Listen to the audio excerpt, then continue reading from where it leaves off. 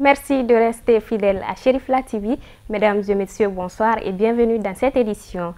À une semaine de la fête de Tabaski, connue sous le nom de la fête des moutons, c'est devenu une tradition pour tout chef de famille d'acheter son mouton pour le plaisir de sa famille. Les commerçants de bonne foi ont jugé nécessaire de trouver une solution pour que la fête soit belle. Reportage Ibrahim Koulibaly avec la voix de Amadou Diara. La fête des moutons se profile à l'horizon. À quelques jours de la Tabaski, se procurer un mouton est devenu quasiment impossible pour les chefs de famille tant les prix sont exorbitants. Une situation à laquelle on assiste pratiquement chaque année en raison de la flambée des prix inhérente au transport du bétail et parfois aux conditions souvent difficiles d'élevage. Bon, en réalité, moi je trouve que les moutons sont un peu chers par rapport à l'année dernière. L'année dernière, moi j'avais acheté un mouton à peu près à 75 000. Et cette année, je suis venu, ils m'ont montré un mouton de ce genre à 125 000. Je trouve que le prix est un peu exorbitant. Oui, je vais acheter comme chaque année. Bon, on a une relation avec M. Dramé là. Et chaque année, il nous offre des moutons. Donc, on le prend en crédit. Donc, chaque mois, la retenue est faite à la sauce, quoi. Il y a à peu près une dizaine d'années qu'on travaille ensemble. Bon, vraiment, ces moutons, quand même, c'est des moutons de très bonne qualité. Vu la pauvreté, là, c'est pas du tout facile à acheter un mouton à 125 000 francs. S'ils pouvaient diminuer un peu le prix du mouton, ça nous fera plaisir. Donner la possibilité aux acheteurs d'acquérir le mouton à moindre coût, tout en leur offrant un mode de paiement par tranche, est une des meilleures astuces trouvées par ce commerçant pour écouler en grand nombre sa marchandise. Malgré cette bonne initiative de ce commerçant, la cherté de la vie actuelle reflète la réalité de cette timidité sur les marchés du bétail et par ricochet une grave incidence sur les préparatifs de cette fête de Tabaski. Bon, il est dit tous les clients il est bien certifié. En tout état de cause, les marchés sont suffisamment inondés de moutons et la mobilisation risque de s'amplifier jusqu'à la veille de la fête où les acheteurs espèrent voir les prix baisser pour une meilleure offre. En attendant, les affaires pourraient bien profiter à M. Dramera avec sa bonne stratégie au profit des fidèles musulmans. Bonne fête des moutons, bonne fête de tous les Maliens, bonne fête de tous les musulmans. Cérémonie de validation du bureau du groupement des leaders religieux de Kati.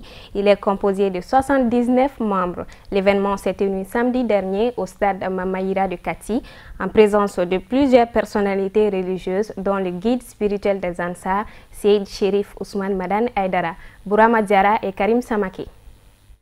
La délégation du président du groupement des leaders spirituels musulmans et religieux du Mali, Seyd Cherif Ousmane Madane Haïdara, a été bien accueilli par les Katois pour cette cérémonie de validation de leur bureau. Je suis très content aujourd'hui pour la mise en place de ce bureau concernant Kati. En tant que musulman aussi, je lance un appel au niveau de la jeunesse.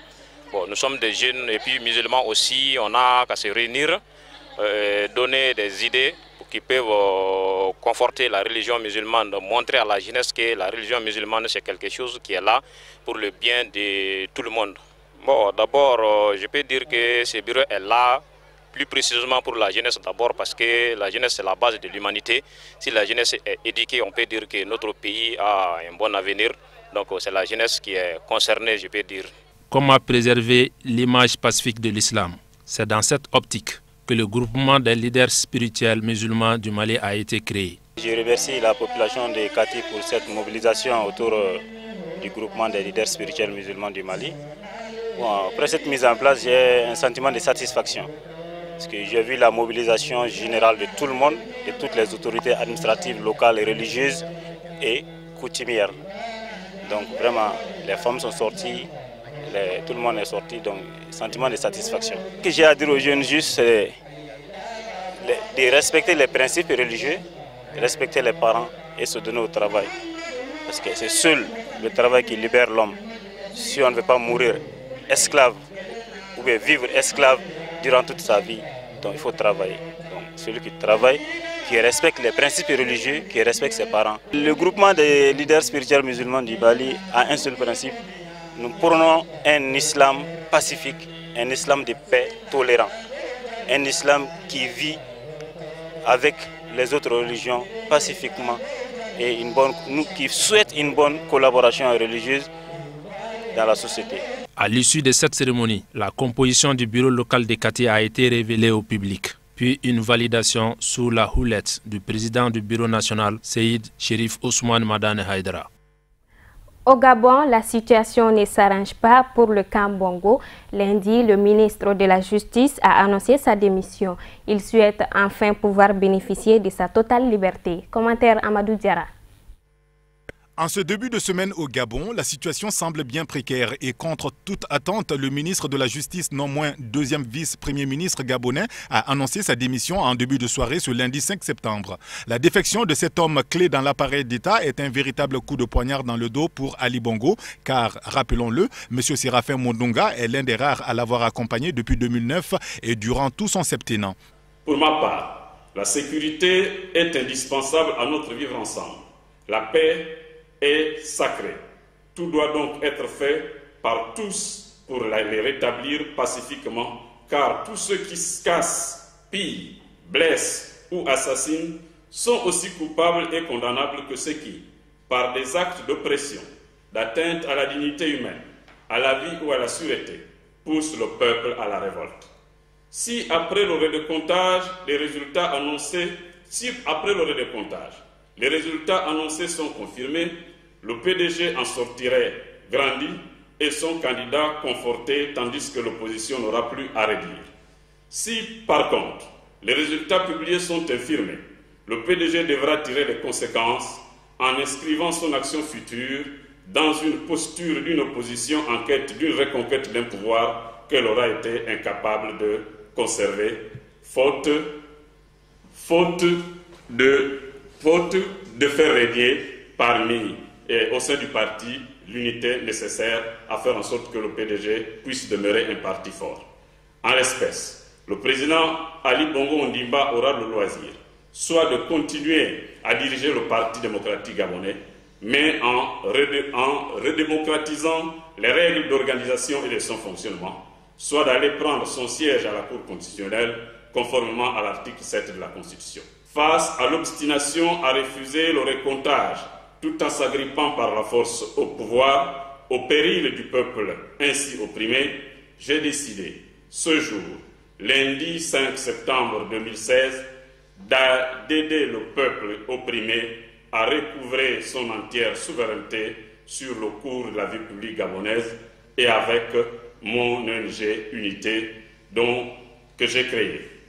Par conséquent, je me décharge de mes fonctions gouvernementales et je prends congé du Parti démocratique gabonais tout en évitant tous ceux qui, au sein du PDG ou ailleurs, ont une confiance en ma personne, mes parents, mes amis et tous mes alliés, qu'ils soient au Gabon, à l'extérieur du Gabon, sur toute l'étendue de la planète Terre, dans les eaux et dans les océans, à faire autant en choisissant le camp de la démocratie, le camp de la paix, pour que la paix puisse continuer à régner dans notre pays et que la démocratie puisse triompher. Par ailleurs, les autorités françaises, par la voix du chef de la diplomatie, se disent très préoccupées par le sort de plusieurs de leurs compatriotes dont elles sont sans nouvelles depuis l'éclatement de cette crise post-électorale. À présent, l'actualité hors de nos frontières, en bref et en images, une compilation signée toujours Amadou Diara.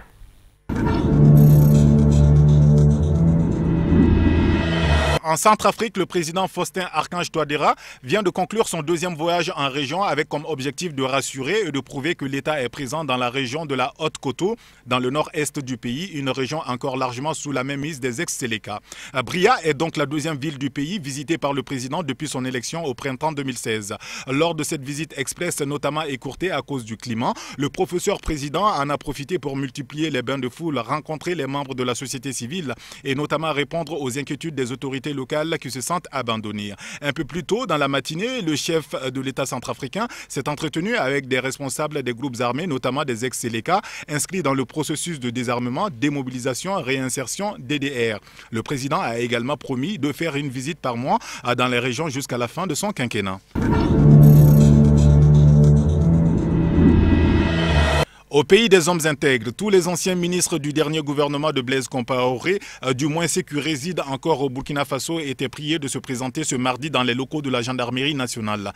Depuis leur mise en accusation en juillet 2015 par les députés sous la transition, ils seront entendus dans le cadre de l'enquête sur l'insurrection populaire qui a fait une trentaine de morts et de nombreux blessés. Des convocations leur ont été adressées en exécution d'une commission rogatoire de la Haute Cour de justice qui enquête sur les victimes de l'insurrection populaire. Tous ces dignitaires du régime de Blaise Compaoré seront entendus sur leur rôle dans le projet de modification de la Constitution en 2014. Sous la transition, les députés avaient accusé l'ancien président et son gouvernement de s'être entêtés à mettre en œuvre sa volonté de modifier la Constitution. Les députés du Parlement intérimaire avaient notamment adopté une résolution mettant en accusation l'ex-président burkinabé devant la Haute Cour de justice pour haute trahison et attentat à la Constitution.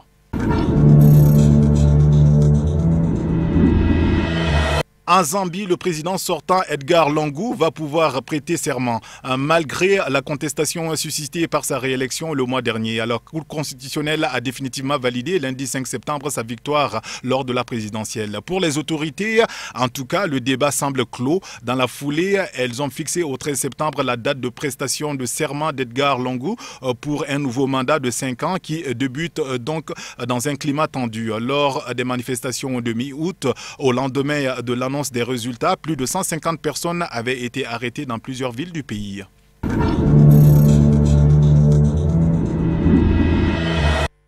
Dans le carnet santé d'aujourd'hui, on s'intéresse à une maladie qui fait beaucoup de ravages dans notre pays, principalement chez les femmes. Plus de 1400 cas, dont 1100 décès par an.